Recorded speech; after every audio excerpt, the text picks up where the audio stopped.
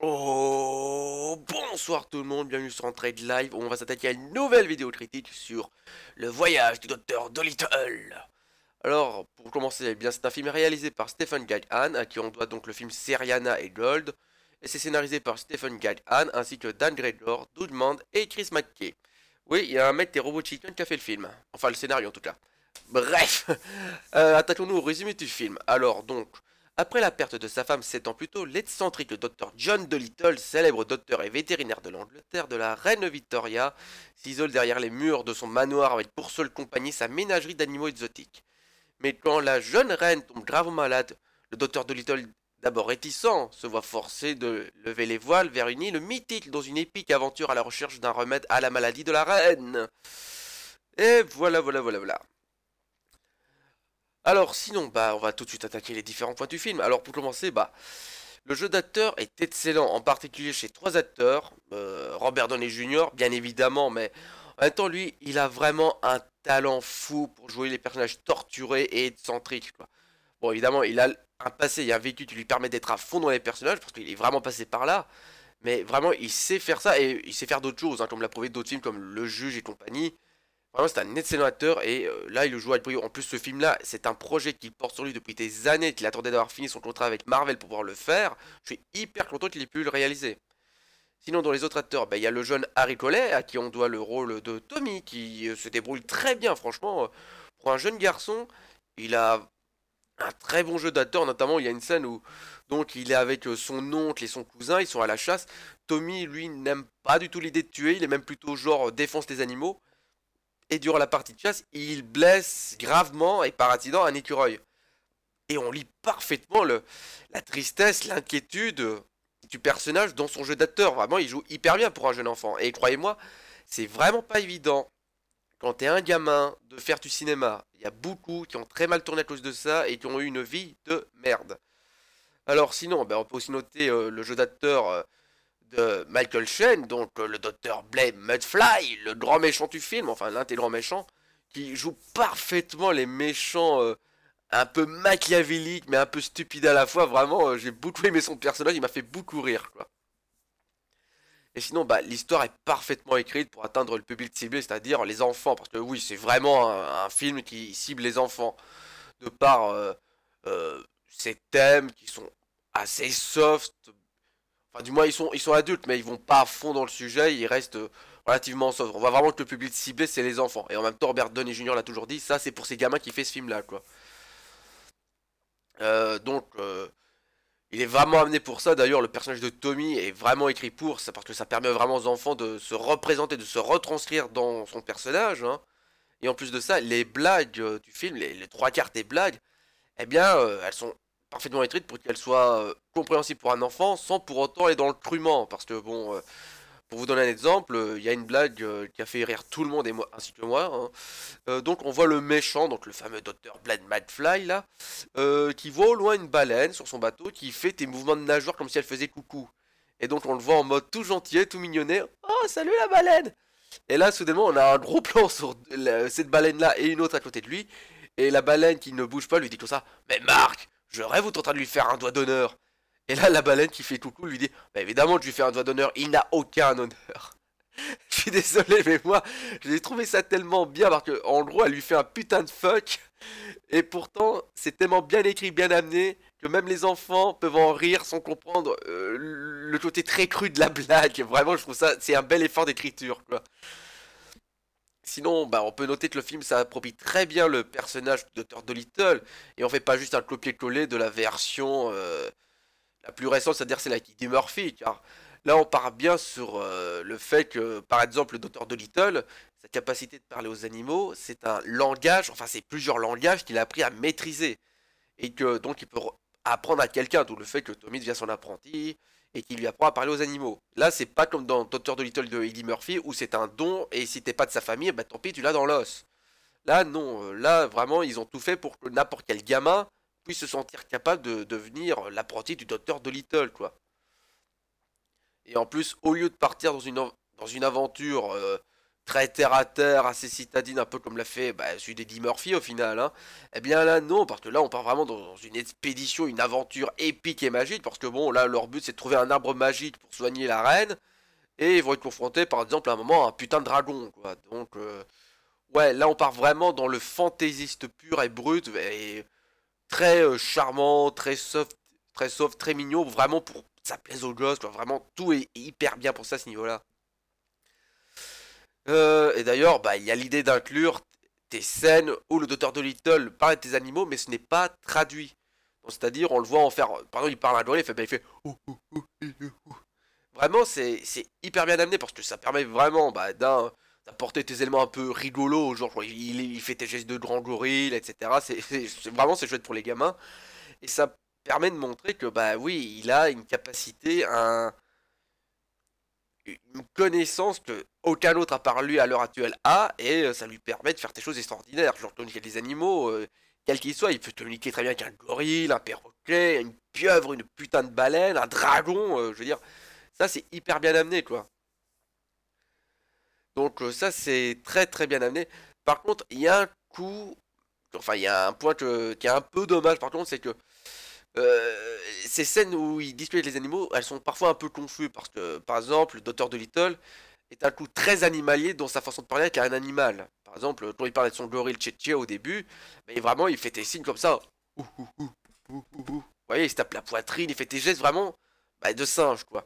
Alors que, avec le même gorille, un peu plus tard, il va avoir une conversation, mais tout à fait normale, sans grand geste de gorille ni autre, comme s'il parlait d'un humain à un autre, quoi.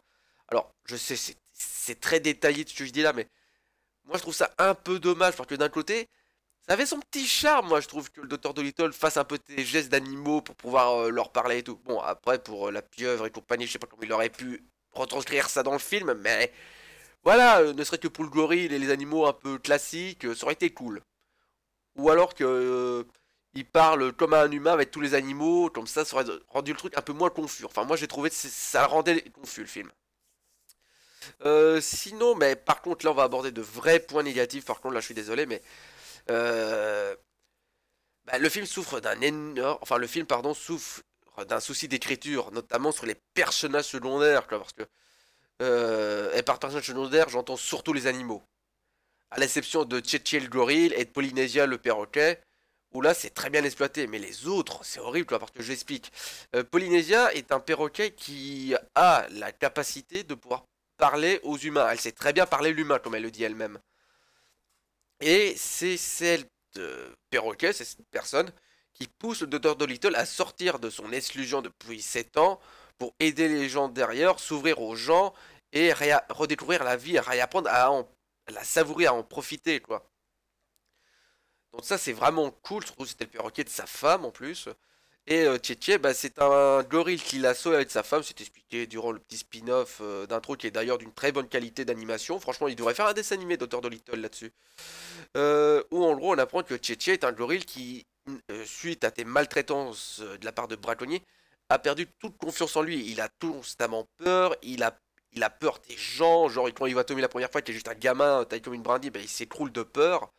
Il a perdu toute confiance. Et le docteur Dolittle, durant les trois quarts, enfin une bonne partie du film, essaie de l'aider à surmonter son manque de confiance en lui.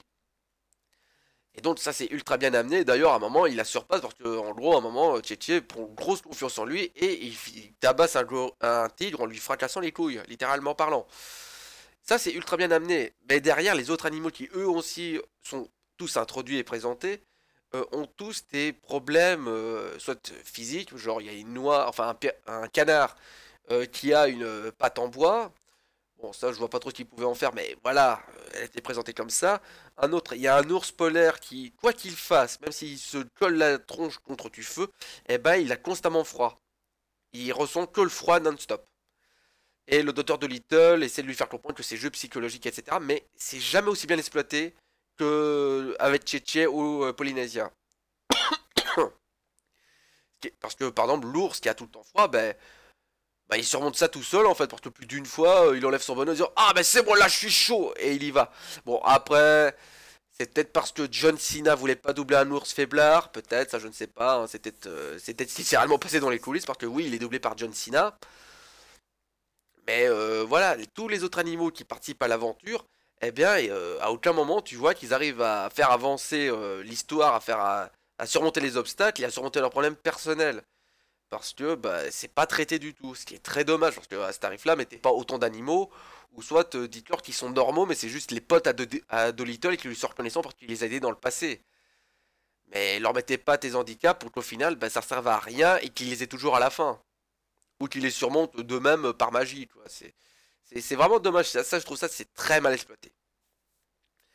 Et sinon, bah un autre détail, et ça c'est plus technique, bah la CGI, parce que oui, tout le film est en CGI, est globalement de bonne qualité, hein, ça je tiens vraiment pas à l'enlever, excepté dans une scène où elle est vraiment dégueulasse. C'est une scène où en gros on voit le jeune Tommy qui doit foncer sur un pont en construction pour pouvoir se laisser tomber et rejoindre le bateau du docteur Dolittle. Et il fait ça dans une course-poursuite à d'autres girafes. Alors, à un moment, durant cette course-poursuite, il y a un gros plan sur Tommy sur le dos de la girafe. Alors évidemment, le gamin permet de voir que l'image est de bonne qualité, la caméra est bonne, parce qu'on voit très bien l'enfant et tout, mais par contre, le dos de la girafe qui est en full CGI, eh ben là, à ce moment-là, le zoom fait que le dos et les taches de la girafe, ça devient un tas de bouillies de pixels qui s'enculent, quoi, c'est dégueulasse. Là, franchement, je me demande à quel moment ils se sont dit, ça avait un bon rendu. Alors, je sais bien que les techniques que je vais proposer auraient été plus coûteuses pour le film qui n'avait pas forcément un énorme budget, mais je pense que le rendu au final aurait été mieux pour cette scène-là. C'est de ne pas utiliser de la CGI, mais utiliser plutôt soit animatronique, soit un mannequin du dos de la girafe, quoi. Ils auraient fait bouger avec un petit système hydraulique ou je sais pas quoi, mais vraiment utiliser quelque chose de vrai, pas de la CGI, parce que la CGI, si elle est vraiment pas de top qualité, les gros plans, ça le vit très mal. Et là, cet exemple-là le montre parfaitement. Et désolé, je suis un peu malade. Alors sinon, bah, dernier point, les musiques sont sympathiques, elles sont un peu enjouettes, etc. Mais voilà, elles font juste le minimum syndical et ça c'est très très très dommage. Vraiment, il aurait fallu tes musiques qui claquent, quoi. Surtout genre quand ils rencontrent le dragon ou alors quand ils trouvent enfin l'arbre magique et tout. Mais là non, les musiques font juste le minimum syndical et c'est très dommage. Et alors dernier point tout à fait personnel, bah, je trouve ça un peu dommage que les deux seuls rôles féminins qui sont donc la reine d'Angleterre et la jeune fille qui vient forcer le docteur Dolittle à sortir de son exil, de son confinement, je vais dire. Et ben au final, elles servent juste à rester à côté de la reine durant tout le film et elle apporte rien. C'est un peu dommage. Ça aurait été bien que par exemple cette jeune fille les accompagne dans l'aventure et la vive avec eux parce que comme ça aurait aussi permis au jeune public féminin de se ressentir là-dedans parce que bon, c'est un peu plus délicat pour une jeune fille de se ressentir à la place de Tommy. Mais bon, voilà, c'est... Là, je chipote énormément parce que je ne pense pas que le film avait pour vocation d'être pro-féministe ou anti-féministe, loin de là, il voulait juste faire un film pour enfants. Là, c'est vraiment moi qui chipote un peu. Alors sinon, bah globalement, bah oui, c'est un film sympatoche, agréable à regarder. Maintenant, est-ce que je vous dirais que c'est à tout prix à voir?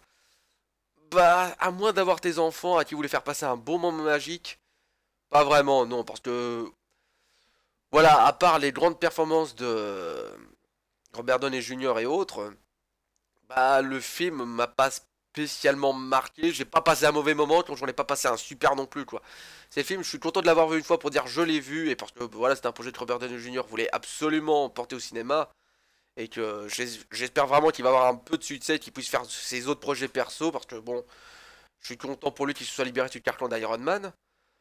Mais ouais, c'est pas le film de l'année quoi. C'est sympa à regarder mais sans plus. Bref, sur ce, je vous souhaite à tous une excellente fin de journée ou début de nuit, comme vous préférez. Et je vous dis à très bientôt sur Entraîne Live. Et merci pour votre attention à une très prochaine vidéo sur Bird of Prey. Allez, bisous, bisous.